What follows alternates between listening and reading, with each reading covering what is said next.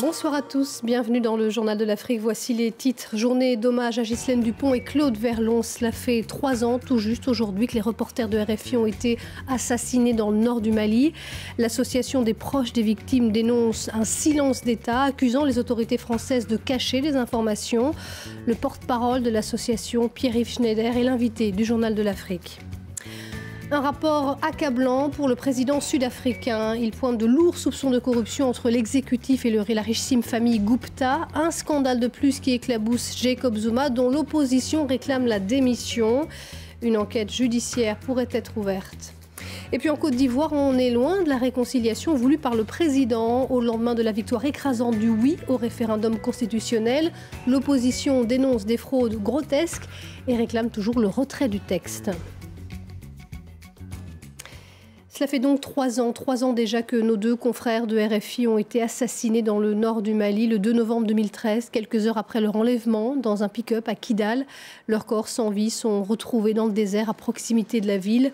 Un double assassinat rapidement revendiqué par Al-Qaïda au Maghreb islamique. Mais 3 ans plus tard, aucune arrestation, l'enquête piétine. L'association des amis de Ghislaine et Claude dénonce un silence d'État. Écoutez son porte-parole, Pierre-Yves Schneider. Silence, ça veut presque dire mensonge, ça n'en est pas loin.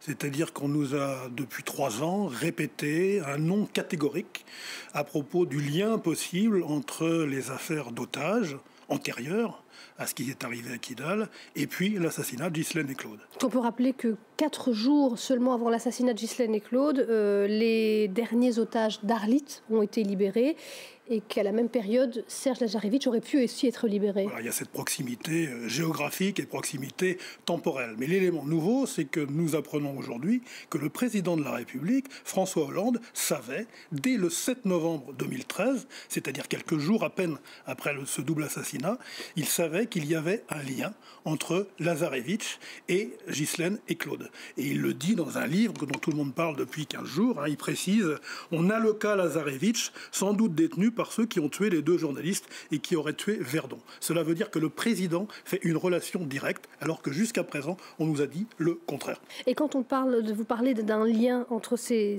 2 affaires, la libération d'un côté, l'assassinat de l'autre, qu'est-ce que vous voulez dire? Est-ce que les libérateurs, entre guillemets, d'un côté pourraient être les assassins de l'autre côté? C'est une possibilité, c'est une hypothèse.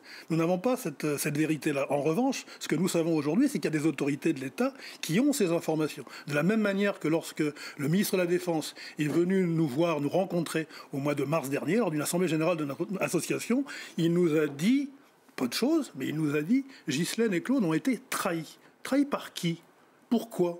Rien de plus. Donc nous lui avons demandé, très gentiment, on va dire, de s'expliquer, de nous dire ce qu'il voulait dire à travers cette expression-là. Nous attendons depuis 6 mois, il ne s'est rien passé. Cela veut dire qu'il y a des personnes au sommet de l'État qui savent des choses et qui ne nous les disent pas. Pierre-Yves Schneider, qui était notre invité sur ce plateau tout à l'heure. Je rappelle que ce 2 novembre a été décrété par les Nations Unies, journée mondiale de lutte contre l'impunité des crimes commis contre les journalistes. En hommage à nos confrères Ghislaine et Claude, une bourse a été créée par RFI et France Média Monde. Elle récompense chaque année depuis 3 ans un journaliste et un technicien de radio. Après le Mali et Madagascar, ce sont cette fois des journalistes du Bénin qui ont été récompensés. La cérémonie a eu lieu tout à l'heure à Cotonou. Bravo à Cécile Goudou dans la catégorie journaliste et Didier Guédou dans la catégorie des techniciens. Ce sont les heureux lauréats de cette année. Regardez le reportage d'Emmanuel Sodji et Raphaël Ntalé. Il ne reste plus que 20 jeunes béninois sélectionnés par l'Académie France Média Monde sur plus de 220 candidatures. Le choix du Bénin ne s'est pas fait par hasard. Le Bénin, c'est le premier pays à avoir une conférence nationale souveraine, à avoir des élections multipartites et à avoir une presse qui s'ouvre complètement.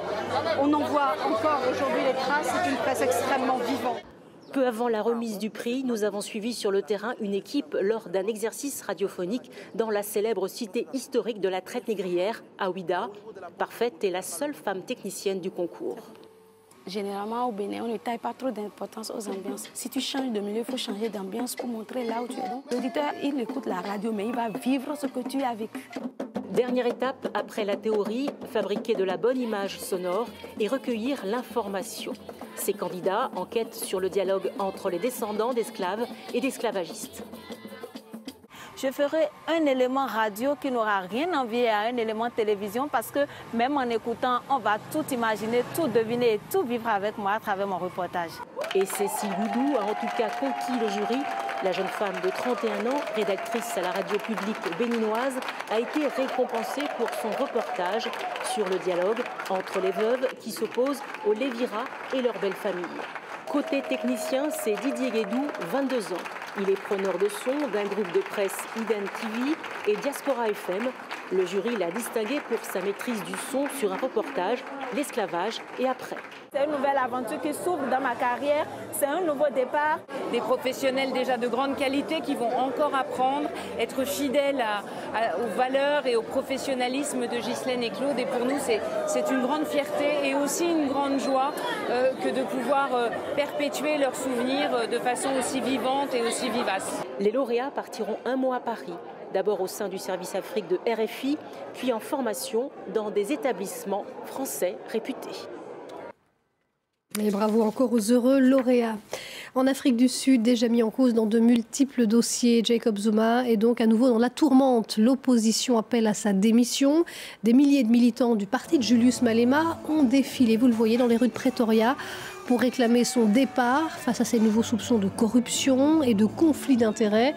Le président a essayé en vain de bloquer la sortie de ce rapport explosif qui évoque de possibles crimes de corruption commis au plus haut sommet de l'État. Les précisions de Caroline Dumais. Les Sud-Africains ce soir ont enfin compris pourquoi le président Jacob Zuma a tant retardé la publication de ce rapport. Explosif, accablant, 355 pages, de chiffres, de numéros de téléphone, de rencontres, d'anecdotes, toutes plus choquantes les unes que les autres. Il y a eu en fait une collusion totale d'intérêts du président Zuma, de sa famille, de ses amis et de certains ministres.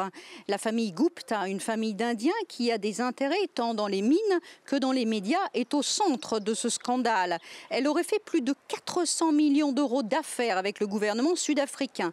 Et elle aurait fait la pluie et le beau temps dans tous les ministères. On apprend par exemple que quand elle a voulu acheter une mine de charbon, on a envoyé le ministre en Suisse pour l'aider à signer le contrat. On apprend aussi que c'est la famille Gupta qui désignait certains ministres et certains ont même eu une récompense en cash. Donc de la corruption, des allégations de conflits d'intérêts, un problème d'éthique. Le rapport est explosif et l'ancienne médiatrice de la République, Thuli Madonsela, a demandé une enquête judiciaire sur tous ces points. Une décision rare en Ouganda, une université fermée sur ordre du président et pas n'importe laquelle, celle de Makerere, la plus ancienne du pays et l'une des meilleures du continent. En cause, les manifestations qui se sont multipliées sur le campus, dégénérant en affrontement avec la police. Ce sont donc quelques 40 000 étudiants qui doivent plier bagages. Nicolas Germain. Ces étudiants font leur bagage, mais ce n'est pas pour partir en vacances. Makerere, la meilleure université ougandaise et l'une des plus prestigieuses du continent, a été fermée indéfiniment. Le président Yoweri Museveni a ordonné sa fermeture après des violences entre étudiants et policiers. Les étudiants protestaient car ils n'ont pas eu cours pendant 2 semaines, leurs professeurs étant en grève pour réclamer de meilleurs salaires. La police dit surveiller la situation de près. Les individus qui seront repérés à l'université en train de mobiliser étudiants ou professeurs seront traités en conséquence, car certains acteurs politiques veulent profiter de cette situation. De nombreux étudiants sont choqués par cette soudaine décision du président Museveni. On n'a pas été consultés. La police est arrivée tard, c'était la nuit, et elle est venue avec un bataillon tout entier pour chasser les étudiants. C'est intolérable. Maintenant, nous nous demandons ce qui va se passer. Nous ne savons même pas quand nous pourrons revenir sur le campus. Tout est en pagaille.